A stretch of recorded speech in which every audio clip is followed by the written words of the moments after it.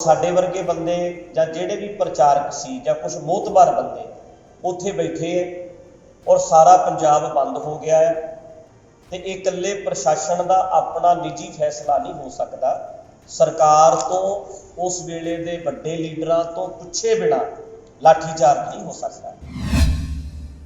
Master mind ਲੱਭਣ ਦੀ ਬਜਾਏ ਕਿ ਜਿਨ੍ਹਾਂ ਨੇ ਗੁਰੂ ਗ੍ਰੰਥ ਸਾਹਿਬ ਦੀ ਬੇਅਦਬੀ ਕੀਤੀ ਹੈ, ਮਾਸਟਰ ਮਾਈਂਡ ਲੱਭਣ ਦੀ ਬਜਾਏ ਰੋਸ ਧਰਨੇ ਵਿੱਚ ਬੈਠੀਆਂ ਸੰਗਤਾਂ ਉੱਤੇ ਲਾਠੀਚਾਰਜ ਕਰ ਦਿੱਤਾ ਗਿਆ, ਜੋ ਕਿ ਬੜਾ ਗਲਤ ਸੀ।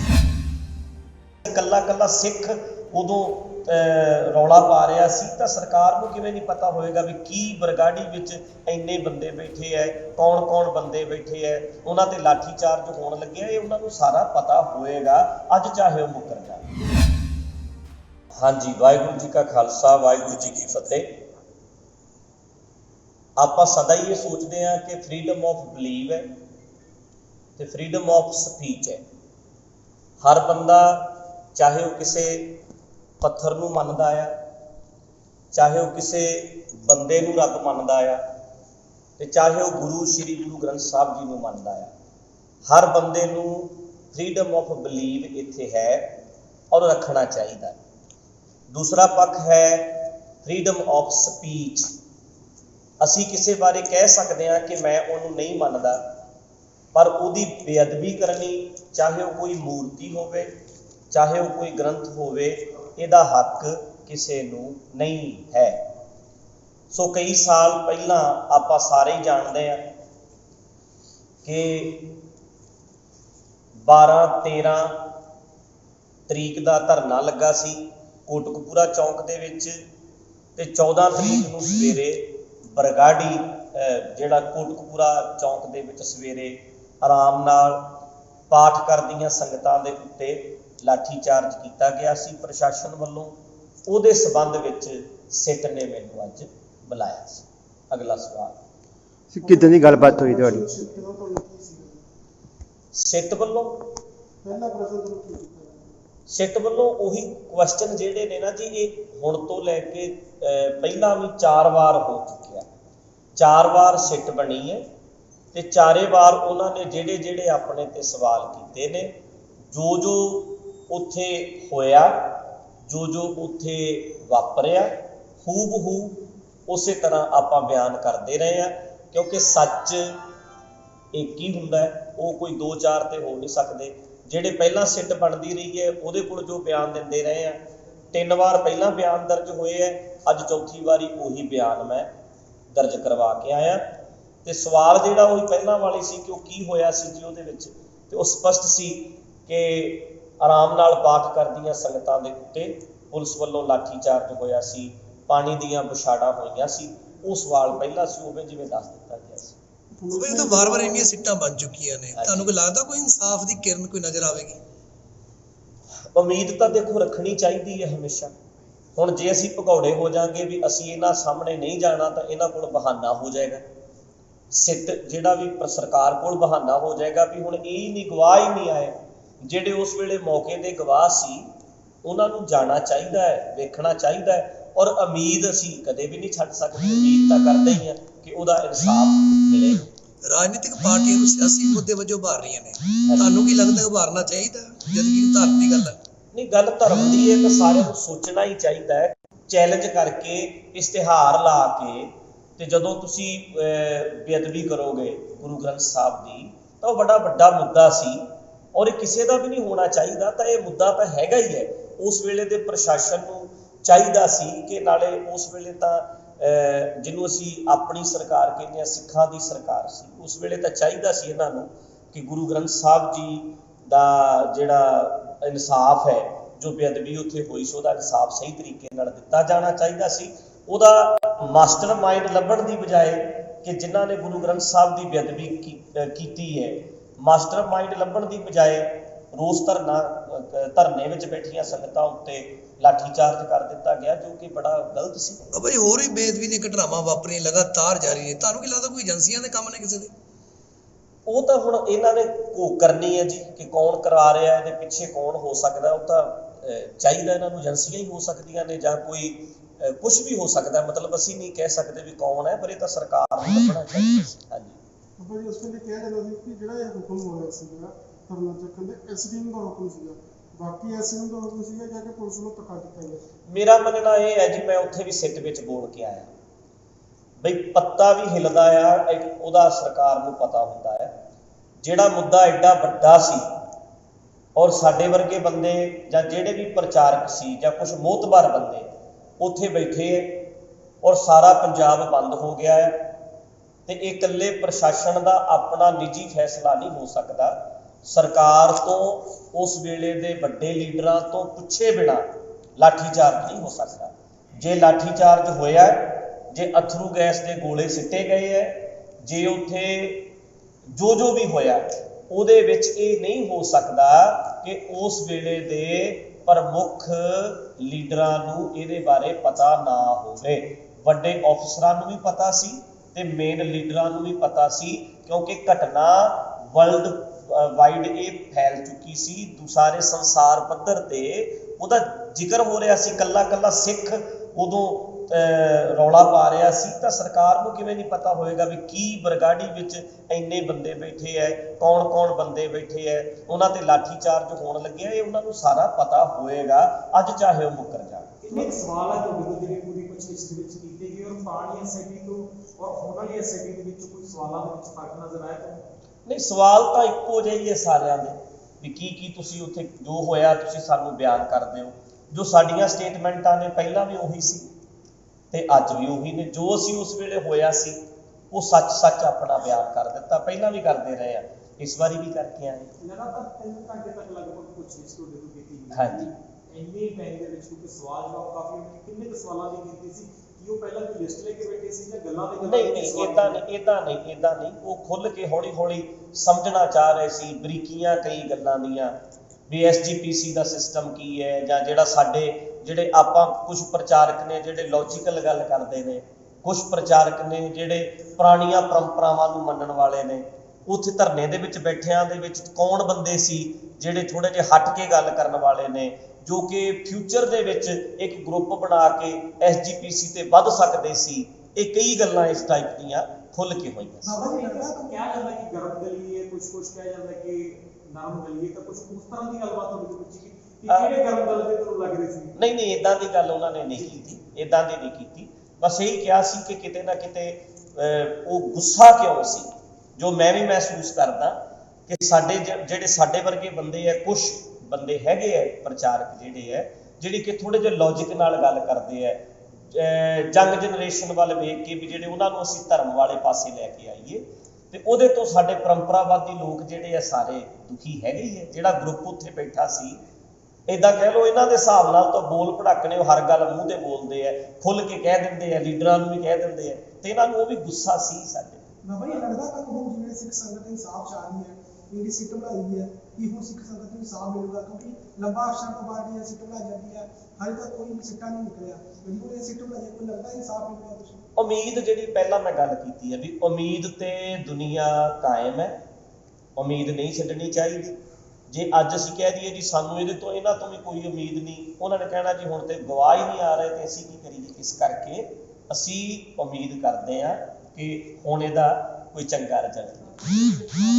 ਪਹਿਲਾਂ ਬੜੀ ਉਮੀਦਾਂ ਸੀਗੀਆਂ, ਉਸ ਤੋਂ ਬਾਅਦ ਉਹ ਆਮ ਆਦਮੀ ਪਾਰਟੀ ਦੇ ਵਿੱਚ ਚਲੇ ਜਾਂਦੇ ਨੇ, ਤਾਂ ਪੰਥ ਨੂੰ ਜਾਂ ਸਿੱਖ ਸੰਗਤ ਨੂੰ ਦੋ ਜ਼ਿੰਦਗੀ ਵਿੱਚ ਪਾਇਆ ਹੋਇਆ, ਉਹ ਇੱਕ ਪਾਸੇ ਨਹੀਂ ਜਾ ਰਿਹਾ। ਤੁਹਾਨੂੰ ਕੀ ਲੱਗਦਾ ਹੈ ਕਿ ਕਿਵੇਂ ਹੋਣਾ ਚਾਹੀਦਾ, ਇਨਸਾਫ ਕਿਵੇਂ ਮਿਲੂਗਾ, ਜਾਂ ਇਹਦਾ ਪੈਰਾਮੀਟਰ ਕੀ ਹੋਣਾ ਚਾਹੀਦਾ? ਨਹੀਂ, ਪੈਰਾਮੀਟਰ ਤਾਂ ਦੇਖੋ, ਮੈਂ ਤੁਹਾਨੂੰ ਪਹਿਲਾਂ ਹੀ ਕਹਿ ਕੇ ਹਟਿਆ ਵੀਰ ਜੀ ਕਿ ਚਾਹੇ ਕੋਈ ਪੱਥਰ ਤੇ ਵੀ ਸ਼ਰਧਾ ਬਣਾ ਕੇ ਬੈਠਾ ਨਾ, ਬਲੀਵ ਹੈ, 1000 ਬੰਦਾ ਆ ਟੇਬਲ ਨੂੰ ਮੱਥਾ ਟੇਕਦਾ ਹੈ, ਤੇ ਮੈਨੂੰ ਨਹੀਂ ਚਾਹੀਦਾ ਕਿ ਮੈਂ ਇਸ ਟੇਬਲ ਨੂੰ ਲੱਤ ਮਾਰਾਂ, ਮੈਂ ਇਹਦੀ ਬੇਅਦਬੀ ਕਰਾਂ, ਕਿਉਂਕਿ ਉਹ ਸਤਿਕਾਰ ਕਰਦਾ ਹੈ। ਮੈਂ ਇਹ ਕਹਿ ਸਕਦਾ ਵੀ ਟੇਬਲ ਤੇ ਸ਼ਰਧਾ ਬਣਾਉਣੀ ਮਾੜੀ ਗੱਲ ਹੈ, ਫਰੀडम ਆਫ ਸਪੀਚ ਮੇਰਾ ਹੱਕ ਹੈ, ਪਰ ਬਲੀਵ ਹੈ ਜਿਹੜਾ ਉਹ ਅਗਲੇ ਦਾ ਹੱਕ ਹੈ, ਰਾਈਟ ਹੈ। ਉਹ ਇਹਨੂੰ ਰੱਬ ਮੰਨਣਾ ਚਾਹੁੰਦਾ ਟੇਬਲ ਨੂੰ, ਤਾਂ ਮੰਨ ਲਵੇ, ਸਾਨੂੰ ਉਹਦੇ 'ਚ ਕੋਈ ਆਬਜੈਕਸ਼ਨ ਨਹੀਂ ਹੋਣਾ ਚਾਹੀਦਾ। ਮੈਂ ਬੋਲ ਸਕਦਾ, ਮੈਂ ਬਾਂਹ ਨਹੀਂ ਫੜ ਸਕਦਾ ਕਿਸੇ। ਸੋ ਉਹ ਜੋ ਹੋਇਆ ਸੀ ਉਹ ਮਾੜਾ ਸੀ, ਕਿਤੇ ਵੀ ਨਾ ਹੋਵੇ। ਤੇ ਇਹ ਹਰ ਇੱਕ ਦੀ ਬਲੀਵ ਦੀ ਰਾਖੀ ਕਰਨਾ ਹਰ ਗਵਰਨਮੈਂਟ ਦਾ ਫਰਜ਼ ਬਣਦਾ ਹੈ, ਪ੍ਰਸ਼ਾਸਨ ਦਾ ਫਰਜ਼ ਬਣਦਾ ਹੈ। ਉਹ ਕੱਲਾ ਮੇਰੀ ਗੱਲ ਨਹੀਂ ਕਿ ਅਸੀਂ ਗੁਰੂ ਗ੍ਰੰਥ ਸਾਹਿਬ ਕਰਕੇ ਕਹਿੰਦੇ ਆ ਚਾਹੇ ਉਹ ਕੋਈ ਕਬਰ ਵੀ ਕਿਉਂ ਨਾ ਹੋਵੇ। ਮੈਂ ਟੇਬਲ ਦੀ ਗੱਲ ਕਰ ਰਿਹਾ ਨਾ ਜੀ, ਚਾਹੇ ਕਬਰ ਵੀ ਕਿਉਂ ਨਾ ਹੋਵੇ, ਇਹ ਹੱਕ ਬਣਦਾ, ਸਾਡਾ ਹੱਕ ਹੈ, ਅਸੀਂ ਕਿਸੇ ਚੀਜ਼ ਨੂੰ ਮੰਨਦੇ ਹਾਂ, ਉਹਦੀ ਬੇਅਦਬੀ ਕੋਈ ਨਾ। ਜਿਹੜੇ ਸਵਾਲ ਸੀ ਸਾਰੇ ਉਹ ਗੋਲੀकांड ਨਾਲ ਹੀ ਜਿਹੜੇ ਗੋਲੀ ਸਾਹਿਬ ਉਹਦਾ ਸੰਬੰਧਿਤ ਸੀ ਜਾਂ DFT ਬਾਰੇ ਵੀ ਗੱਲਾਂ ਬਾਤਾਂ ਹੋਈਆਂ ਜਾਂ ਉਹਦੇ ਬਾਰੇ ਕੋਈ ਸਵਾਲ ਜਵਾਬ ਕੀਤੇ ਗਏ ਸੀ? ਨਹੀਂ, ਜਿਹੜਾ ਮਸਲਾ ਇਹ ਸਿੱਟ ਦਾ ਹੈਗਾ, ਇਹ ਕੋਟਕਪੂਰਾ ਜਿਹੜਾ ਗੋਲੀकांड ਹੋਇਆ ਉਹਦੇ ਬਾਰੇ ਸੀ। ਹਾਂਜੀ, ਕੋਈ ਬੈਕਗ੍ਰਾਉਂਡ ਜਾਣਨ ਦੀ ਕੋਸ਼ਿਸ਼ ਕੀਤੀ ਗਈ, ਕਿਉਂਕਿ ਜੀ ਗੋਲੀकांड ਤਾਂ ਚਲੋ ਇੱਕ ਘਟਨਾ ਹੈ, ਪਰ ਉਸ ਤੋਂ ਪਹਿਲਾਂ ਜਿਹੜੀਆਂ ਲੜੀਵਾਰ, ਜਿਸ ਤਰ੍ਹਾਂ ਤੁਸੀਂ ਜ਼ਿਕਰ ਕੀਤਾ ਕਿ ਜਦੋਂ ਪੋਸਟਰ ਲਗਾਏ ਗਏ ਸਨਾਂ ਤੇ ਬੇਅਦਬੀ ਹੁੰਦੀ ਹੈ, ਪੋਸਟਰ ਲਗਾਏ ਜਾਂਦੇ ਨੇ, ਧਰਨੇ ਲੱਗਦੇ ਨੇ, ਉਸ ਤੋਂ ਬਾਅਦ ਐਟ ਦੀ ਐਂਡ ਅਸੀਂ ਕਹਿ ਸਕਦੇ ਹਾਂ ਕਿ ਗੋਲੀकांड ਦਾ ਜ਼ਿਕਰ ਹੁੰਦਾ ਹੈ, ਤਾਂ ਜਿਹੜੀ ਬੈਕਗ੍ਰਾਉਂਡ ਤਿਆਰ ਹੁੰਦੀ ਹੈ ਉਸ ਦੇ ਬਾਰੇ ਵੀ ਕੋਈ ਜ਼ਿਕਰ ਅੱਜ ਤੁਹਾਡੇ ਵੱਲੋਂ ਕੀਤਾ ਗਿਆ? ਨਹੀਂ, ਉਹਨਾਂ ਨੇ ਇਹੀ ਪੁੱਛਿਆ ਸੀ ਵੀ ਤੁਸੀਂ ਇਹ ਮਸਲਾ ਹੀ ਐਡਾ ਵੱਡਾ ਕਿਉਂ ਹੋਇਆ। ਮਸਲੇ ਤਾਂ ਪਹਿਲਾਂ ਵੀ ਸੀ, ਪਰ ਮੈਂ ਉਹਨਾਂ ਨੂੰ ਇਹੀ ਕਹਿਣਾ ਚਾਹੁੰਦਾ ਸੀ ਵੀ ਬੇਅਦਬੀਆਂ ਤਾਂ ਬਹੁਤ ਥਾਵਾਂ ਤੇ ਹੁੰਦੀਆਂ ਨੇ, ਅੱਜ ਵੀ ਹੋ ਰਹੀਆਂ ਨੇ, ਪਰ ਉਸ ਵੇਲੇ ਬਕਾਇਦਾ ਇਸ਼ਤਿਹਾਰ ਲਾ ਕੇ, ਪੋਸਟਰ ਛਾਪ ਕੇ, ਚੈਲੰਜ ਕਰਕੇ ਉਹ ਸਾਰਾ ਕੁਝ ਕੀਤਾ ਸੀ। ਜਦੋਂ ਇਸ਼ਤਿਹਾਰ ਲਾ ਦਿੱਤੇ ਗਏ ਸੀ ਤਾਂ ਪ੍ਰਸ਼ਾਸਨ ਨੂੰ ਹਰਕਤ ਵਿੱਚ ਆ ਕੇ ਉਸੇ ਵੇਲੇ ਐਕਸ਼ਨ ਲੈਣਾ ਚਾਹੀਦਾ ਸੀ। ਐਕਸ਼ਨ ਨਹੀਂ ਲਿਆ, ਉਹਨਾਂ ਨੇ ਫਿਰ ਪੱਤਰੇ ਜਿਹੜੇ ਸੀ ਜਗ੍ਹਾ ਜਗ੍ਹਾ ਗੁਰੂ ਗ੍ਰੰਥ ਸਾਹਿਬ ਦੇ ਖਿਲਾਰ ਦਿੱਤੇ, ਤੇ ਉਹਦੇ ਉੱਤੇ ਉਹਦੇ ਰੋਸ ਵਜੋਂ ਸਾਰਾ ਧਰਨਾ ਲੱਗਾ ਸੀ। ਹਾਂਜੀ ਸਰ, ਪੱਤਰੇ ਖਿਲਾਰਨ ਦੀ ਜੇ ਤੁਸੀਂ ਗੱਲ ਕਰਦੇ, ਪੋਸਟਰ ਲਾਉਣ ਦੀ ਗੱਲ ਕਰਦੇ, ਤਾਂ ਖਾਸ ਤਬਕੇ ਦੇ ਨਾਲ ਜੁੜੇ ਹੋਏ ਲੋਕਾਂ ਦਾ ਜ਼ਿਕਰ ਵਾਰ-ਵਾਰ ਆਉਂਦਾ ਹੈ। ਕੀ ਲੱਗਦਾ ਹੈ ਕਿ ਉਹਨਾਂ ਦਾ ਵੀ ਇਸ ਚੀਜ਼ ਦੇ ਨਾਲ ਲਿੰਕ ਜੁੜਦਾ ਹੈਗਾ, ਬੇਅਦਬੀ ਦੀ ਘਟਨਾਵਾਂ ਤੋਂ ਲੈ ਕੇ ਗੋਲੀकांड ਤੱਕ ਦਾ ਜ਼ਿਕਰ ਕਰਦੇ?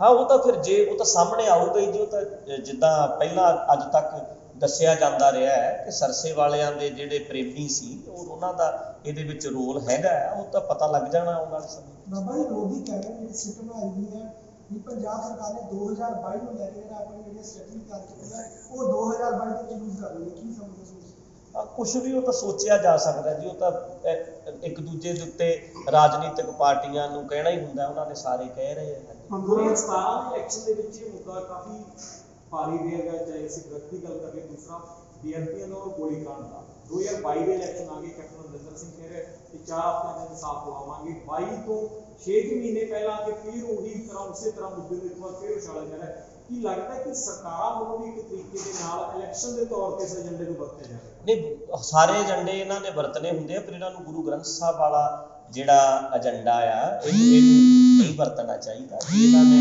ਕਸਮਾਂ ਖਾਧੀਆਂ ਨੇ ਜਾਂ ਜੇ ਇਹਨਾਂ ਨੇ ਕਿਹਾ ਸੀ ਕਿ ਅਸੀਂ ਬਰਗਾੜੀ ਦਾ ਇਨਸਾਫ ਦਿਵਾਵਾਂਗੇ, ਤਾਂ ਉਹ ਦੇਣ ਵੀ ਕੰਮ ਆ ਰਿਹਾ। ਤੁਹਾਡੇ ਨਾਲ ਗੱਲਬਾਤ ਕੀਤੀ, ਲੱਗਦਾ ਕਿ ਹੈ ਇਹਨਾਂ ਦਾ ਨਿਜ਼ਾਮ ਕੰਮ ਵੀ ਚੀਜ਼ ਹੋ ਰਿਹਾ, ਜਿਹੜੇ ਲੋਕ ਨੇ ਉਹਨਾਂ ਨਾਲ ਜੁੜੇ ਹੋਏ ਨੇ, ਮਸਲਾ ਇਨਸਾਫ ਦਾ। ਮੈਂ ਪਹਿਲਾਂ ਵੀ ਬੋਲ ਚੁੱਕਿਆ ਜੀ ਤੁਹਾਡੇ ਆਉਣ ਤੋਂ ਵੀ ਉਮੀਦ ਤੇ ਦੁਨੀਆ ਕਾਇਮ ਹੈ। ਪਹਿਲਾਂ 3 ਵਾਰ ਅੱਗੇ ਬਿਆਨ ਦੇ ਕੇ ਆਏ ਆ, 3 ਵਾਰ ਸਿੱਟ ਬਣੀ ਹੈ, ਹੁਣ 4ਥੀ ਵਾਰ ਬਣੀ ਹੈ, ਤੇ ਇਸ ਕਰਕੇ ਅਸੀਂ ਤਾਂ ਉਮੀਦ ਹੀ ਕਰ ਸਕਦੇ ਹਾਂ। ਹੁਣ ਜੇ ਇਹ ਨਹੀਂ ਕਹਿ ਸਕਦੇ ਵੀ ਸਾਨੂੰ ਉਮੀਦ ਕੋਈ ਨਹੀਂ, ਅਸੀਂ ਇਹਨਾਂ ਸਾਹਮਣੇ ਜਾਣਾ ਨਹੀਂ, ਜੇ ਅਸੀਂ ਇਹ ਕਵਾਂਗੇ ਤਾਂ ਫਿਰ ਤਾਂ ਉਹਨਾਂ ਕੋਲ ਖੁੱਲ੍ਹਾ ਸੌਖਾ ਹੋ ਗਿਆ ਉਹਨਾਂ ਲਈ ਵੀ ਗਵਾਹ ਹੀ ਨਹੀਂ ਆਏ, ਅਸੀਂ ਕੀ ਕਰੀਏ, ਸਿੱਟ ਅੱਗੇ ਤੋਂ ਬਣੇਗੀ ਹੀ ਨਹੀਂ। ਅਸੀਂ ਆਪਣੀ ਜੋ ਸੱਚ ਉੱਥੇ ਹੋਇਆ, ਜੋ ਵੇਖਿਆ, ਉਹ ਜਾ ਕੇ ਇਹਨਾਂ ਦੇ ਸਾਹਮਣੇ ਰੱਖ ਦਿੰਦੇ ਆ। ਸਾਰੀ ਦੁਨੀਆ ਵੀ ਵੇਖ ਰਹੀ ਹੈ ਵੀ ਸਿੱਟ ਵੀ ਬਣੀ ਸੀ, ਗਵਾਹ ਭੁਗਤੇ ਸੀ, ਫਿਰ ਸਿੱਟ ਬਣੀ ਸੀ, ਫਿਰ ਗਵਾਹ ਭੁਗਤੇ ਸੀ, ਫਿਰ ਸਿੱਟ ਬਣੀ ਸੀ, ਫਿਰ ਗਵਾਹ ਭੁਗਤੇ ਸੀ, ਹੁਣ ਫਿਰ ਸਿੱਟ ਬਣੀ, ਹੁਣ ਫਿਰ ਗਵਾਹ ਭੁਗਤ ਰਹੇ। ਉਹ ਸਾਰੇ ਲੋਕ ਵੇਖ ਰਹੇ ਹੈ, ਤੇ ਜੇ ਨਹੀਂ ਕੋਈ ਇਨਸਾਫ ਹੋਏਗਾ ਤਾਂ ਵੀ ਲੋਕ ਵੇਖ ਲੈਣਗੇ। ਫਿਰ ਅਗਲੀ ਕਚਹਿਰੀ ਹੁੰਦੀ ਹੈ ਜਨਤਾ ਦੀ ਕਚਹਿਰੀ। ਡੈਮੋਕ੍ਰੇਸੀ ਵਿੱਚ ਇੱਕ ਜੱਜ ਹੈ, ਇੱਕ ਉਹ ਕਚਹਿਰੀ ਲੱਗਦੀ ਹੈ, ਫਿਰ ਜਨਤਾ ਦੀ ਕਚਹਿਰੀ ਲੱਗਦੀ ਹੈ। ਬਾਬਾ ਜੀ, ਡੇਰਾਵਾਦ ਜਿਹੜੀ ਪੰਜਾਬ ਦੀ ਰਾਜਨੀਤੀ ਨੂੰ ਦਰਜ ਨਹੀਂ, ਡੇਰਾਵਾਦ ਨਾਲ ਜੋੜਿਆ ਜਾਂਦਾ ਹੈ। 2022 ਦੀਆਂ ਚੋਣਾਂ ਭਿੱਖ 'ਚ ਖੜੀਆਂ ਨੇ। ਹਾਂਜੀ, ਕਿੱਦਾਂ ਦੀ ਅਪੀਲ ਕਰਨਾ ਚਾਹੋਗੇ ਲੋਕਾਂ ਨੂੰ ਵੀ ਕਿੱਦਾਂ ਦਾ ਲੋਕਤੰਤਰ ਕਿੱਦਾਂ ਦਾ ਹੋਣਾ ਚਾਹੀਦਾ? ਹਾਂ, ਲੋਕਤੰਤਰ ਵਾਸਤੇ ਤਾਂ ਗੱਲ ਕਲੀਅਰ ਹੈ ਜੀ ਕਿ ਅਸੀਂ ਖੁਦ ਸਿਆਣੇ ਹੋਈਏ, ਚਾਹੇ ਉਹ ਕੋਈ ਹੋਵੇ। ਅਸੀਂ ਬੋਤਲਾਂ ਦੇ ਉੱਤੇ ਨਾ ਵਿਕੀਏ, ਆਪਣੇ ਆਪ ਨੂੰ ਨਾ ਵੇਚੀਏ। ਜਦੋਂ ਅਸੀਂ ਆਪਣੀ ਵੋਟ ਵੇਚ ਦਿੰਦੇ ਹਾਂ ਤਾਂ ਆਪਣੀ ਜ਼ਮੀਰ ਵੇਚ ਦਿੰਦੇ ਹਾਂ। ਸਾਨੂੰ ਸੋਚਣਾ ਚਾਹੀਦਾ, ਸਮਝਦਾਰ, ਇਮਾਨਦਾਰ, ਮਿਹਨਤੀ ਲੀਡਰ ਜਿਹੜੇ ਹੈ ਉਹ ਅੱਗੇ ਲੈ ਕੇ ਆਉਣੇ ਚਾਹੀਦੇ ਆ, ਜਿਹੜੇ ਸਾਡਾ ਲੋਕਾਂ ਦਾ ਭਲਾ ਕਰ ਸਕਣ, ਕੁਝ ਕਰ ਸਕਣ। ਹਾਂਜੀ, ਜਿਹੜਾ ਨੌਜਵਾਨਾਂ ਨੂੰ ਰੁਜ਼ਗਾਰ ਦੇ ਸਕਣ, ਲੋਕਾਂ ਨੂੰ ਭਿਖਾਰੀ ਬਣਾਉਣ ਦੀ ਬਜਾਏ ਰੁਜ਼ਗਾਰ ਦਿੱਤਾ ਜਾਵੇ। ਅਗਲਾ ਇੱਜ਼ਤ ਨਾਲ, ਅਣਖ ਨਾਲ, ਭਿਖਾਰੀ ਬਣ ਕੇ ਨਹੀਂ, ਇੱਜ਼ਤਦਾਰ ਬਣ ਕੇ, ਸਿਰ ਉੱਚਾ ਕਰਕੇ ਆਪਣੀ ਜ਼ਿੰਦਗੀ ਜੀਵੇ। ਬੱਚਿਆਂ ਨੂੰ ਰੁਜ਼ਗਾਰ ਜਿਹੜੀ ਵੀ ਪਾਰਟੀ ਦਿੰਦੀ ਹੈ ਜਾਂ ਜਿਹੜੇ ਵੀ ਬੰਦੇ ਅੱਗੇ ਲੱਗਦੇ ਆ, ਉਹਨਾਂ ਨੂੰ ਅੱਗੇ ਲਾਉਣਾ ਚਾਹੀਦਾ ਸਾਨੂੰ। ਬਾਕੀ ਇਹ ਲੋਕਾਂ ਨੇ ਸੋਚਣਾ ਕਿ ਉਹ ਆਪ ਸਿਆਣੇ ਬਣਨ ਔਰ ਸਿਆਣੇ ਲੀਡਰ ਚੁਣ। ਅਸੀਂ ਉਦਾਂ ਦੀ ਸਰਕਾਰ ਹੀ ਸਾਨੂੰ ਮਿਲਦੀ ਹੈ ਜਿੱਦਾਂ ਦਾ ਅਸੀਂ ਡਿਜ਼ਰਵ ਕਰਦੇ ਹਾਂ। ਹਰ ਕੌਮ ਨੂੰ, ਹਰ ਦੇਸ਼ ਨੂੰ ਉਦਾਂ ਦੀ ਸਰਕਾਰ ਹੀ ਮਿਲਦੀ ਹੈ ਜਿੱਦਾਂ ਦੀ ਲੋਕ ਡਿਜ਼ਰਵ ਕਰਦੇ ਆ। ਜੇ ਅਸੀਂ ਕਹਿੰਦੇ ਹਾਂ ਸਾਡੀਆਂ ਸਰਕਾਰਾਂ ਮਾੜੀਆਂ ਰਹੀਆਂ ਨੇ, ਇਹਦਾ ਮਤਲਬ ਜਿਨ੍ਹਾਂ ਨੇ ਚੁਣੇ ਨੇ ਉਹ ਮਾੜੇ ਹਨ। ਤੇ ਜੇ ਉਹ ਚਾਹੁੰਦੇ ਹੈ ਕਿ ਸਰਕਾਰਾਂ ਚੰਗੀਆਂ ਹੋਣ, ਸਿਸਟਮ ਚੰਗਾ ਹੋਵੇ, ਤੇ ਆਪ ਚੰਗੇ ਬਣਨਾ ਪੈਣਾ ਹੈ। ਬੋਤਲਾਂ ਤੇ ਵਿਕਣਾ ਛੱਡ ਦਈਏ, ਅਸੀਂ ਖੁਦ ਸੋਚੀਏ, ਆਪਣੇ ਬੱਚਿਆਂ ਦੇ ਭਵਿੱਖ ਬਾਰੇ ਸੋਚੀਏ ਤੇ ਪੰਜਾਬ ਬਾਰੇ ਸੋਚੀਏ। ਬਾਬਾ ਜੀ ਦੁਕਾਨ ਵਾਲੇ ਵੀ ਹੈ, ਉਹਨੇ ਦੁਕਾਨ ਤੁਸੀਂ ਪਿੱਛੇ ਬੰਦ ਕਰਦੇ ਸੀ। ਇਹ ਦੇਖੋ, ਜੇ ਮੇਰੇ ਜਾਣ ਕਰਕੇ ਸਾਡਾ ਟਕਸਾਲੀ ਗਰੁੱਪ ਰੌਲਾ ਪਾਉਂਦਾ ਹੈ, ਪੱਗਾਂ ਲਾਉਂਦਾ ਹੈ, ਤੇ 1000 ਬੰਦਾ ਪੁਲਿਸ ਦਾ ਲੱਗਦਾ ਹੈ, ਉਹ ਮੈਨੂੰ ਨਹੀਂ ਲੱਗਦਾ ਕਿ ਮੈਂ ਇਹੋ ਜਿਹੇ ਮਾਹੌਲ ਵਿੱਚ ਪ੍ਰੋਗਰਾਮ ਕਰ ਸਕਦਾ। ਤੁਹਾਡੇ ਸੋਸ਼ਲ ਮੀਡੀਆ ਦੇ ਲੋਕ ਜਿਹੜੇ ਕਹਿ ਰਹੇ ਨੇ ਮੇਰਾ ਦੁਕਾਨ ਬਹੁਤ ਮੈਨੂੰ ਤਾਂ ਬਹੁਤ ਕਹਿੰਦੇ ਨੇ ਕਿ ਤੁਸੀਂ ਪ੍ਰੋਗਰਾਮ ਕਰੋ, ਪਰ ਮੈਂ ਆਪਣਾ ਪ੍ਰੋਗਰਾਮ ਇੱਥੇ ਕਰਦਾ। ਮੈਂ ਨਹੀਂ ਚਾਹੁੰਦਾ ਕਿ ਕਿਸੇ ਸਿੱਖ ਦਾ ਕਤਲ ਹੋਵੇ, ਕੋਈ ਰੌਲਾ ਪਵੇ, ਕੋਈ ਲੜਾਈ ਪਵੇ। ਉਹਦੇ ਨਾਲੋਂ ਚੰਗਾ ਤੁਸੀਂ ਆਪਣੇ ਘਰ ਬੈਠ ਜਾਓ। ਮੈਂ ਆਪਣੇ ਘਰ ਬੈਠਾ ਇੱਥੇ ਆਪਣਾ ਪ੍ਰੋਗਰਾਮ ਕਰ ਲੈਣਾ, ਪਰ ਜੇ ਮੈਂ ਜਾਊਂਗਾ ਤਾਂ ਕੋਈ ਰੌਲਾ ਪਊਗਾ, ਰੌਲਾ ਪਏਗਾ ਤਾਂ ਸਿੱਖ ਲੜਦੇ ਚੰਗੇ ਨਹੀਂ। ਮਸਲਾ ਹੋਰ ਸੋਸ਼ਲ ਮੀਡੀਆ ਦੇ ਉੱਤੇ ਕਾਫੀ ਗਰਮਾਇਆ ਹੋਇਆ ਹੈ ਕਿ ਕਿਸੇ ਦੇ ਕੋਲੋਂ ਵੱਡੀ ਮਾਤਰਾ ਦੇ ਵਿੱਚ ਨਸ਼ੀਲੇ ਪਦਾਰਥ ਬਰਾਮਦ ਹੋਏ ਨੇ, ਉਹਨਾਂ ਦਾ ਜਿਹੜਾ ਲਿੰਕ ਜੋੜਿਆ ਜਾ ਰਿਹਾ ਕਮਿਸ਼ਨ ਦਬਾਅ ਦੇ ਨਾਲ ਜੁੜਿਆ। ਹੁਣ ਇੱਥੇ ਤੁਸੀਂ ਸਾਰੇ ਬੰਦੇ ਆਏ ਹੋਏ ਬੈਠੇ ਹੋ ਮੇਰੇ ਕੋਲ, ਤੁਹਾਡੇ ਵਿੱਚੋਂ ਕੱਲ ਨੂੰ ਕੋਈ ਬਲਾਤਕਾਰ ਦੇ ਵਿੱਚ ਫਸ ਜਾਂਦਾ, ਉਹਦੇ ਵਿੱਚ ਮੈਂ ਦੋਸ਼ੀ ਨਹੀਂ ਹੋ ਜਾਂਦਾ। ਕੋਈ ਵੀ ਵੀਰ ਮੇਰੇ ਨਾਲ ਸਿਕਿਉਰਿਟੀ ਕਰਨ ਆ ਸਕਦਾ ਹੈ, ਸੇਵਾ ਕਰਨ ਵਾਸਤੇ ਆ ਸਕਦਾ ਹੈ। ਉਸ ਤੋਂ ਬਾਅਦ ਉਸ ਬੰਦੇ ਦਾ ਅੱਗੇ ਭਤੀਜਾ ਡੱਗ ਵਿੱਚ ਫਸ ਜਾਂਦਾ, ਤਾਂ ਇਹਦਾ ਮਤਲਬ ਉਹ ਦੋਸ਼ੀ ਨਹੀਂ ਜਾਂ ਫਿਰ ਮੈਂ ਦੋਸ਼ੀ ਨਹੀਂ ਹੋ ਜਾਂਦਾ। ਬਾਕੀ ਅੰਡਰ ਟਰਾਇਲ ਹੈ, ਜੇ ਉਹ ਬੰਦੇ ਨੇ ਗਲਤੀ ਕੀਤੀ ਹੋਏਗੀ ਉਹਦੀ ਉਹਨੂੰ ਸਜ਼ਾ ਮਿਲ ਜਾਏਗੀ, ਤੇ ਜੇ ਠੀਕ ਹੋਏਗਾ ਤਾਂ ਬਚ ਕੇ ਨਿਕਲ ਆਏਗਾ। ਇਹਦੇ ਵਿੱਚ ਆਪਾਂ ਦੋਸ਼ੀ ਨਹੀਂ ਹੁੰਦੇ। ਹਜ਼ਾਰਾਂ ਲੋਕ ਫੋਟੋਆਂ ਖਿਚਾਉਂਦੇ ਆ, ਆਪਾਂ ਕੱਲੇ ਕੱਲੇ ਦੀ ਇਦਾਂ ਥੋੜਾ ਕਰਦੇ ਆ ਵੀ ਤੂੰ ਕਿੱਥੋਂ ਆਇਆ ਹੈ ਜਾਂ ਕੱਲ ਨੂੰ ਤੂੰ ਕੀ ਕਰੇਗਾ, ਆਪਾਂ ਗਰੰਟੀ ਨਹੀਂ ਲੈ ਸਕਦੇ। ਮੈਂ ਆਪਣੇ ਸਕੇ ਭਰਾ ਭਤੀਜੇ ਦੀ ਵੀ ਗਰੰਟੀ ਨਹੀਂ ਲੈ ਸਕਦਾ, ਮੈਂ ਬਾਹਰਲਿਆਂ ਦੀ, ਮੈਂ ਆਪਣੀ ਗੱਲ ਕਰ ਸਕਦਾ, ਆਪਣੇ ਭਰਾ ਦੀ ਵੀ ਗੱਲ ਨਹੀਂ ਕਰ ਸਕਦਾ। ਇੱਕ ਤੁਸੀਂ ਗੱਲ ਕੀਤੀ ਕਿ ਟਕਸਾਲ ਬਾਰੇ ਗੱਲ ਕੀਤੀ ਜਾਂ ਤੁਹਾਡਾ ਆਪਸੇ ਵੀ ਜਿਹੜਾ ਵਿਵਾਦ ਚੱਲ ਰਿਹਾ ਹੈ ਕਿ ਦੋਵੇਂ ਤਰ੍ਹਾਂ ਦੇ ਬੰਦੋਂ ਕਦੇ ਕੋਸ਼ਿਸ਼ ਨਹੀਂ ਕੀਤੀ ਗਈ ਕਿ ਹਾਂ ਇੱਕ ਬੈਠ ਕੇ ਸਿਰ ਜੋੜ ਕੇ ਬੈਠ ਕੇ ਇਹਨਾਂ ਮਸਲਿਆਂ ਨੂੰ ਸੁਲਝਾਇਆ ਜਾਵੇ ਕਿ ਸਾਡਾ ਆਪਸ ਦੇ ਵਿੱਚ ਰੌਲਾ ਕੀ ਹੈ। ਕਿ ਲੋਕ ਦੋ ਜਿੱਤੀ ਦੇ ਵਿੱਚ ਪੈ ਰਹੇ ਨੇ ਕਿ ਸਹੀ ਕੌਣ, ਤੁਸੀਂ ਸਹੀ ਕਹਿ ਰਹੇ ਹੋ, ਟਕਸਾਲ ਸਹੀ ਕਹਿ ਰਹੀ ਹੈ, ਨਿਹੰਗ ਸਿੰਘ ਜਥੇਬੰਦੀ। ਪਰ ਕਤਲ, ਮੇਰੀ ਸੁਣਿਓ ਗੱਲ, ਵਿਚਾਰਾਂ ਦੇ ਮਤਭੇਦ ਲੱਖ ਹੋ ਸਕਦੇ ਨੇ, ਪਰ ਬੰਦਾ ਮਾਰਨਾ ਤਾਂ ਕਦੇ ਵੀ ਸਹੀ ਨਹੀਂ। ਕਿਸੇ ਦਾ ਬੰਦਾ ਮਾਰਨਾ ਤਾਂ ਸਹੀ ਨਹੀਂ। ਛਬੀਲ ਲਾ ਕੇ ਸ਼ਰੇਆਮ ਬੰਦਾ ਮਾਰਨਾ ਤਾਂ ਗਲਤ ਰਹੂਗਾ ਨਾ ਜੀ। ਤੇ ਆਪਾਂ ਇਦਾਂ ਦਾ ਕੋਈ ਕੰਮ ਕੀਤਾ ਅੱਜ ਤੱਕ ਨਹੀਂ ਕੀਤਾ। ਸਿੱਖ ਲੜਨਾ ਪੈਣਾ, ਆਪਾਂ ਸਟੇਜਾਂ ਵੀ ਛੱਡਤੀਆਂ, ਦੀਵਾਨ ਵੀ ਬੰਦ ਕਰਤੇ, ਮੈਂ ਆਪਣੇ ਘਰ ਬਹਿ ਗਿਆ, ਸਭ ਕੁਝ ਛੱਡ ਕੇ ਘਰ ਬੈਠ ਗਿਆ। ਪਰ ਇਸ ਕਰਕੇ ਇਹਨੂੰ ਅਸੀਂ ਬਰਾਬਰ ਦੀ ਲੜਾਈ ਨਹੀਂ ਕਰ ਸਕਦੇ। ਇੱਕ ਹਮਲਾਵਰ ਧਿਰ ਹੈ, ਹਮਲਾ ਕਰਦੀ ਹੈ ਬਾਰ-ਬਾਰ, ਇੱਕ ਪੀੜਤ ਧਿਰ ਹੈ ਜਿਹਦੇ ਨਾਲ ਧੱਕਾ ਕੀਤਾ ਜਾਂਦਾ। ਇੱਕ ਤਾਂ ਅਸੀਂ ਇਹਨੂੰ ਬਰਾਬਰ ਨਹੀਂ ਕਰ ਸਕਦੇ। ਦੂਸਰੀ ਗੱਲ ਇਹ ਹੈ, ਸਮਝੌਤਾ ਹੀ ਸਮਝੌਤਾ। ਮੈਂ ਦੇਖੋ ਸਾਰੇ ਚੈਨਲਾਂ ਤੇ ਬੋਲ ਰਿਹਾ, ਉਸ ਵੇਲੇ ਦੀ ਸਾਰੀ ਸਰਕਾਰ ਮੇਰੇ ਕੋਲ ਆਈ ਸੀ ਜਿਨ੍ਹਾਂ ਨੇ ਕਿਹਾ ਸੀ ਕਿ ਭਾਈ ਸਾਹਿਬ ਚਲੋ ਟਕਸਾਲ ਨਾਲ ਸਮਝੌਤਾ ਕਰ ਲਓ। ਮੇਰੀ ਸਟੇਟਮੈਂਟ ਉਦੋਂ ਵੀ ਇਹ ਸੀ ਤੇ ਅੱਜ ਵੀ ਇਹ ਹੈ। ਉਹਨਾਂ ਨੂੰ ਸਪਸ਼ਟ ਰੂਪ ਵਿੱਚ ਕਹਿਣਾ ਚਾਹੀਦਾ ਕਿ ਸਾਡੇ ਤੋਂ ਬੰਦਾ ਮਾਰਨ ਵਾਲੀ ਗਲਤੀ ਹੋਈ ਸੀ, ਉਹ ਗਲਤੀ ਮੰਨ ਲੈਣਗੇ ਤੇ ਸਮਝੌਤੇ ਸਮਝੌਤੇ। ਹੁਣ ਜੇ ਆਪਾਂ ਕਹੀਏ ਵੀ ਅਗਲੇ ਨੇ ਗਲਤੀ ਵੀ ਨਹੀਂ ਮੰਨਣੀ, ਬੰਦਾ ਵੀ ਮਾਰੂਗਾ ਤੇ ਰਣਜੀਤ ਸਿੰਘ ਜਾ ਕੇ ਸਮਝੌਤਾ ਕਰ ਲਵੇ, ਫਿਰ ਇੰਨਾ ਇੰਨਾ ਨੀਵਾਂ ਨਹੀਂ ਹੋਇਆ ਜਾ ਸਕਦਾ। ਹਾਂ, ਉਹ ਕਹਿਣ ਵੀ ਸਾਥੋਂ ਗਲਤੀ ਹੋ ਗਈ, ਆਪਾਂ ਕਹਾਂਗੇ ਆਪਾਂ ਭਰਾ ਠੀਕ ਹੈ, ਤੁਸੀਂ ਗਲਤੀ ਜਿਵੇਂ ਸਿੱਖਾਂ ਦਾ ਜਿਹੜਾ ਇਤਿਹਾਸ ਰਿਹਾ ਹੈ ਕਿ ਘੋੜਿਆਂ ਦੀ ਕਾਠੀਆਂ ਤੇ ਇਹਨਾਂ ਨੂੰ ਆਪਣਾ ਬੜਾ ਲੰਬਾ ਸਮਾਂ ਬਿਤਾਉਣਾ ਪਿਆ, ਇਤਿਹਾਸ ਦਾ ਆਪ ਨਹੀਂ ਲਿਖ ਸਕੇ, ਤਾਂ ਇਹ ਵੀ ਹੋ ਸਕਦਾ ਹੈ ਕਿ ਬੜੀਆਂ ਰਣਗੱਢਾਂ ਉਸ ਵਕਤ ਹੋ ਸਕਦੀਆਂ ਨੇ, ਹੋਈਆਂ ਹੋਣ ਜਾਂ ਨਹੀਂ ਵੀ ਹੋਈਆਂ ਹੋਣ, ਇਹਨਾਂ ਬਾਰੇ ਸਪਸ਼ਟ ਨਹੀਂ ਹੈਗਾ। ਤਾਂ ਕਿਉਂ ਨਹੀਂ ਸਾਰੀ ਪੰਥਕ ਧਿਰਾਂ ਦੀ ਗੱਲਬਾਤ ਕਰ ਰਿਹਾ, ਕਿਉਂ ਨਹੀਂ ਸਾਰੀ ਪੰਥਕ ਧਿਰਾਂ ਇਕੱਠੀਆਂ ਹੋ ਕੇ ਕਹਿ ਰਹੀਆਂ ਕਿ ਹਾਂ ਅਸੀਂ ਬਹਿ ਕੇ ਇਸ ਰੌਲੇ ਨੂੰ ਵੀ ਖਤਮ ਕਰਨਾ। ਵਧੀਆ ਗੱਲ ਹੈ ਜੀ। ਹੁਣ ਤਾਂ ਪੰਥਕ ਧਿਰਾਂ ਕੱਲੀਆਂ ਰਹਿ ਗਈਆਂ, ਮੈਂ ਤਾਂ ਅਲੱਗ ਹੋ ਗਿਆ। ਮੈਨੂੰ ਤਾਂ ਉਹਨਾਂ ਨੇ ਕਹਿਤਾ ਨਾ ਇਹਨੂੰ ਸੁਣੋ, ਨਾ ਇਹਨੂੰ ਸ਼ੇਅਰ ਕਰੋ। ਮੈਨੂੰ ਤਾਂ ਪੰਥ ਵਿੱਚ ਗਿਣਦੇ ਹੀ ਨਹੀਂ, ਮੈਨੂੰ ਤਾਂ ਪੰਥ ਦਾ ਹਿੱਸਾ ਹੀ ਨਹੀਂ ਗਿਣਦੇ। ਅਕਾਲ ਤਖਤ ਸਾਹਿਬ ਨੇ ਕਿਹਾ ਹੈ ਵੀ ਇਹਨੂੰ ਸੁਣਿਆ ਨਾ ਜਾਵੇ, ਇਹਨੂੰ ਸ਼ੇਅਰ ਨਾ ਕੀਤਾ ਜਾਵੇ। ਮੈਂ ਆਪਣੇ ਤਰੀਕੇ ਨਾਲ ਆਪਣੀ ਗੱਲ ਕਰਦਾ। ਜਿਹੜਾ ਪੰਥ ਬਚਿਆ ਆ, ਜਿਹੜਾ ਅਸਲ ਪੰਥ ਹੈ ਅੱਜ, ਉਹ ਪੰਥ ਨੂੰ ਚਾਹੀਦਾ ਕਿ ਇਹਦਾ ਹੱਲ ਕਰੇ।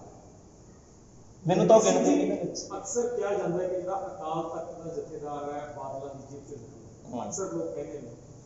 ਇੱਕ ਬਿਆਨ ਸੰਤ ਰਣਜੀਤ ਸਿੰਘ ਭਿੰਡਰਾਂਵਾਲੇ ਦਾ ਸੀਗਾ, ਕਹਿੰਦੇ ਜੀ ਅਸੀਂ ਖਾਲਿਸਤਾਨ ਨਹੀਂ ਮੰਗਦੇ, ਜੇ ਮਿਲ ਗਿਆ ਤਾਂ ਅਸੀਂ ਲੈ ਲਾਂਗੇ। ਸੇਮ ਬਿਆਨ ਅਕਾਲ ਤਖਤ ਦੇ ਜਥੇਦਾਰ ਦਾ ਹੁੰਦਾ ਹੈ, ਪਰ ਕਿਹਾ ਜਾਂਦਾ ਕਿ ਜਿਹੜਾ ਭਿੰਡਰਾਂਵਾਲੇ ਦਾ ਬਾਦਲਾਂ ਦਾ ਨਹੀਂ, ਜਿਹੜਾ ਬਾਦਲਾਂ ਦਾ ਭਿੰਡਰਾਂਵਾਲੇ ਦਾ ਨਹੀਂ। ਇਸ ਬਿਆਨ ਨੂੰ ਦੋਨਾਂ ਨੂੰ ਜਦੋਂ ਮਿਲਾ ਕੇ ਦੇਖਦੇ ਹੋ ਉਹਨੂੰ ਕਿਸ ਤਰ੍ਹਾਂ ਦੇਖਦੇ ਹੋ? ਮੈਨੂੰ ਤੁਹਾਡੀ ਗੱਲ ਪ੍ਰੋਪਰ ਨਹੀਂ ਸਮਝ ਨਹੀਂ ਲੱਗੀ। ਅਕਸਰ ਅਕਾਲ ਤਖਤ ਦਾ ਜਥੇਦਾਰ ਕਿਹਾ ਜਾਂਦਾ ਕਿ ਜੀ ਪ੍ਰਕਾਸ਼ ਸਿੰਘ ਬਾਦਲ ਦੇ ਵੱਲੋਂ ਨਿਯੁਕਤ ਕੀਤਾ ਜਾਂਦਾ। ਹਾਂਜੀ, ਕਿਹਾ ਜਾਂਦਾ ਕਿ ਜਿਹੜਾ ਵਿਅਕਤੀ ਪ੍ਰਕਾਸ਼ ਸਿੰਘ ਬਾਦਲ ਦੇ ਨਾਲ ਹੈ ਉਹ ਸੰਤ ਜਰਨੈਲ ਸਿੰਘ ਭਿੰਡਰਾਂਵਾਲੇ ਦੇ ਨਾਲ ਨਹੀਂ। ਹਾਂਜੀ, ਇੱਕ ਜਰਨੈਲ ਸਿੰਘ ਭਿੰਡਰਾਂਵਾਲੇ ਦਾ ਬਿਆਨ ਸੀ ਕਿ ਸਾਨੂੰ ਜੇਕਰ ਖਾਲਿਸਤਾਨ ਮਿਲਦਾ ਤਾਂ ਅਸੀਂ ਲੈਣ ਲਈ ਤਿਆਰ ਹਾਂ। ਇਹ ਜਿਹੀ ਬਿਆਨ ਉਸ ਤੋਂ ਬਾਅਦ ਅਕਾਲ ਤਖਤ ਦੇ ਜਥੇਦਾਰ ਆਉਂਦਾ ਹੈ ਕਿ ਜੇਕਰ ਸਾਨੂੰ ਖਾਲਿਸਤਾਨ ਮਿਲਦਾ ਤਾਂ ਅਸੀਂ ਲੈਣ ਲਈ ਤਿਆਰ ਹਾਂ। ਜਥੇਦਾਰ ਦੇਖੋ, ਜੇ ਬਾਬੇ ਜਰਨੈਲ ਸਿੰਘ ਹੁਣਾਂ ਨੇ ਕੋਈ ਗੱਲ ਕੀਤੀ ਸੀ ਤਾਂ ਉਹਨਾਂ ਦੇ ਬਿਆਨ ਦੀ ਕੋਈ ਵੈਲਿਊ ਹੋਊਗੀ, ਪਰ ਜਿਹੜੇ ਜਥੇਦਾਰ ਨੇ ਇਹਨਾਂ ਦੇ ਬਿਆਨ ਦੀ ਵੈਲਿਊ ਕੀ ਹੈ? ਅੱਜ ਬਿਆਨ ਦਿੰਦੇ ਨੇ, ਕੱਲ ਨੂੰ ਕਹਿਣਗੇ ਮੈਂ ਵਾਪਸ ਲੈ ਲਿਆ, ਮੇਰੇ ਬਿਆਨ ਨੂੰ ਤੋੜ ਮਰੋੜ ਕੇ ਪੇਸ਼ ਕਰਤਾ। ਇਹਨਾਂ ਦੇ ਬਿਆਨ ਦੀ ਕੋਈ ਵੈਲਿਊ ਨਹੀਂ ਹੈਗੀ, ਔਰ ਇਦਾਂ ਕੀਤਾ ਸੀ ਉਹਨਾਂ ਨੇ। ਉਹ ਜਿਹੜਾ ਬਿਆਨ ਦਿੱਤਾ ਸੀ ਉਹ ਬਿਆਨ ਇਹਨਾਂ ਨੇ ਵਾਪਸ ਲੈ ਲਿਆ ਸੀ। ਆਰਐਸਐਸ ਮੁਖੀ ਦਾ ਬਿਆਨ ਆਉਂਦਾ ਕਿ ਜੀ ਹਿੰਦੂ ਨਹੀਂ ਉਹ ਜਿਹੜਾ ਕਿ ਅਸੀਂ ਕਹਿੰਦਾ ਕਿ ਸਾਡੇ ਘਰ ਦੇ ਕੋਲ ਮੁਸਲਮਾਨ ਨਹੀਂ ਰਹਿਣਾ ਚਾਹੀਦਾ। ਕਿਸ ਤਰ੍ਹਾਂ ਦੇਖਿਓ? ਉਹ ਦੂਜੀ ਗੱਲ ਉਹਨਾਂ ਨੇ ਕਹੀ ਕਿ ਹਿੰਦੂ ਨੂੰ ਚਾਹੀਦਾ ਕਿ ਉਹ ਆਪਣੇ ਆਪ ਨੂੰ ਭਾਰਤੀ ਕਹਿਣ, ਕਿਉਂਕਿ ਦੇਸ਼ ਪਹਿਲਾਂ ਹੈਗਾ, ਧਰਮ ਬਾਅਦ ਚ। ਨਹੀਂ, ਇਦਾਂ ਦੀ ਗੱਲ ਚਾਹੇ ਕੋਈ ਵੀ ਹੈ, ਆਰਐਸਐਸ ਦੀਆਂ ਜਿਹੜੀਆਂ ਇਦਾਂ ਦੀਆਂ ਨੀਤੀਆਂ, ਇੱਕ ਰਾਸ਼ਟਰਵਾਦ ਬਣਾਉਣਾ ਜਾਂ ਇੱਕੋ ਹੀ ਹਿੰਦੂ ਰਾਸ਼ਟਰ, ਇਹ ਠੀਕ ਨਹੀਂ ਗੱਲਾਂ। ਇੱਥੇ ਬਹੁ ਗਿਣਤੀ ਲੋਕ ਰਹਿੰਦੇ ਹੈ, ਬਹੁ ਧਰਮੀ ਲੋਕ ਰਹਿੰਦੇ ਹੈ, ਵੱਖਰੇ ਵੱਖਰੇ ਢੰਗਾਂ ਨਾਲ ਉਹਨਾਂ ਨੂੰ ਜਿਉਣ ਦਾ ਹੱਕ ਹੋਣਾ ਚਾਹੀਦਾ ਹੈ। ਕੋਈ ਵੀ ਬੰਦਾ ਜਿਹੜਾ ਇਦਾਂ ਦੀ ਕੱਟੜ ਸੋਚ ਰੱਖ ਕੇ ਬੈਠਾ ਹੈ, ਚਾਹੇ ਉਹ ਕੋਈ ਮੋਹਨ ਭਾਗਵਤ ਹੈ ਤੇ ਚਾਹੇ ਉਹ ਕੋਈ ਸਾਡਾ ਸਿੱਖ ਹੈ, ਜਿਹੜਾ ਇੱਕ ਨੂੰ ਚਾਹੁੰਦਾ ਬਾਕੀ ਸਾਰੇ ਖਤਮ ਹੋ ਜਾਣ, ਇਹ ਸੋਚ ਠੀਕ ਠੀਕ ਹੈ ਬਾਬੂ ਜੀ।